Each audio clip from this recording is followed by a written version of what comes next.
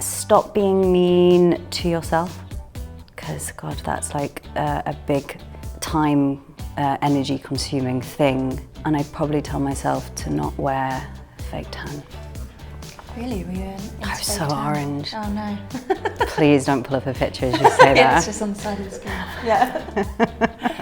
Inviting that in. Hi, I'm Ruby Stokes. I am Jenna Coleman, and we are chatting to Cosmo. Every day? Had like full-on mother-daughter arguments, you know.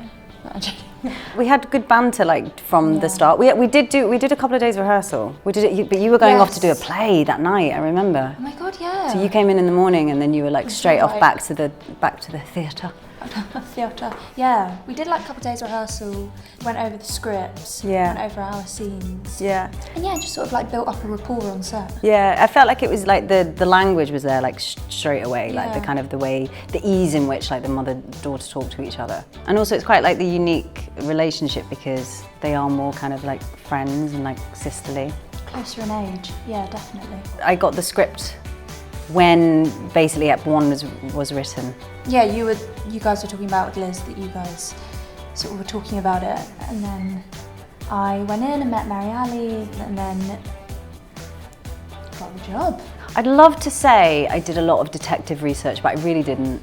She kind of has her own method of doing things, which are kind of quite wrong as well. So I kind of purposefully didn't, go to cop detective boot camp. Yeah, equally, I just sort of, when we met each other, I sort of based how I would portray her off of that, and I think the fact that they are so similar in age and the way Kat's written it in this sort of conversational tone allowed us to find it in the subtext, our relationship and our dynamic.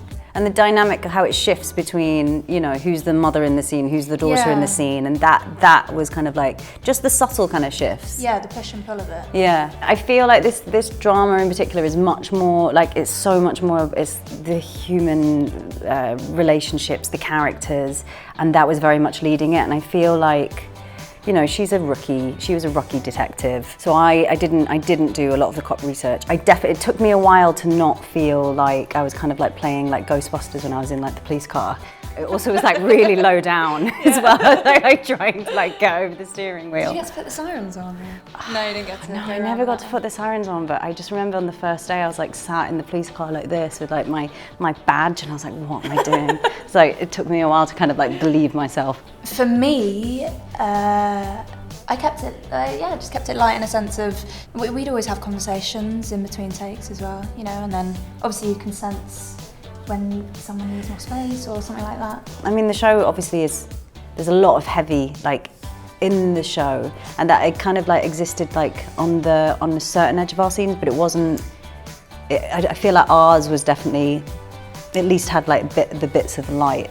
Yeah, totally echo what you say. Always stay true to you. Don't change for how you think other people might perceive you and whatnot. Stop being mean to yourself, because God, that's like a big time, energy consuming thing.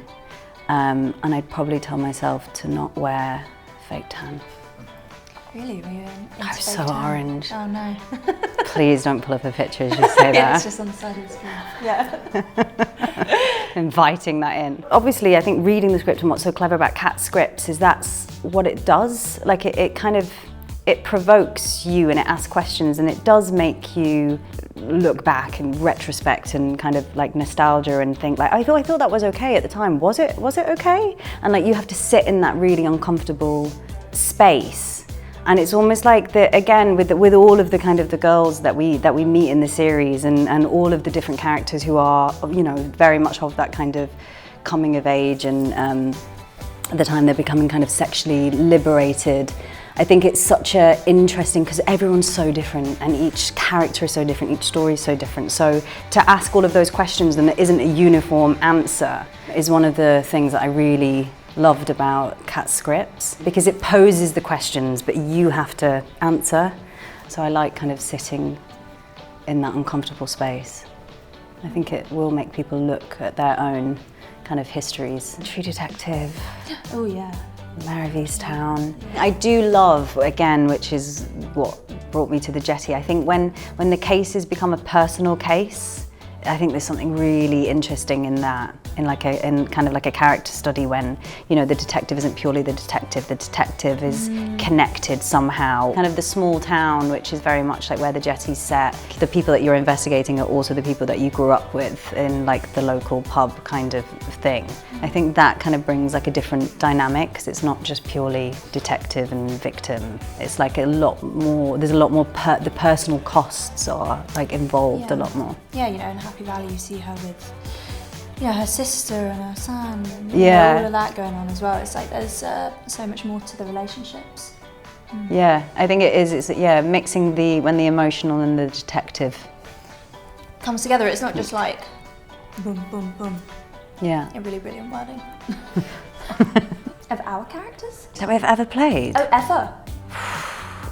I did a show called Lockwood & Co and I think I relate to that character. I just felt like huge kinship to her. You know, like, obviously I hugely relate to Hannah in this as well. You're just being a teenage girl, obviously an incredibly universal experience going through those motions. So easily like fitted into her puzzle. I kind of like it when I'm like further away. Oh, really? Yeah, the further away I am from a character and the more of a leap there is like what I find almost a lot easier. I don't know what that says, but it's almost more challenging, I think, when when it's closer to you and closer to yourself. Yeah. I find that a lot more challenging. I kind of like the ones that are further away, like Queen Victoria.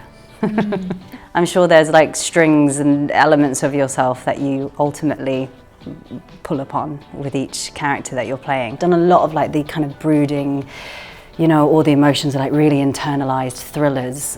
So I'm kind of like, give me like the Who's Afraid of Virginia Woolf moment, like that. I'm definitely craving that kind of thing next.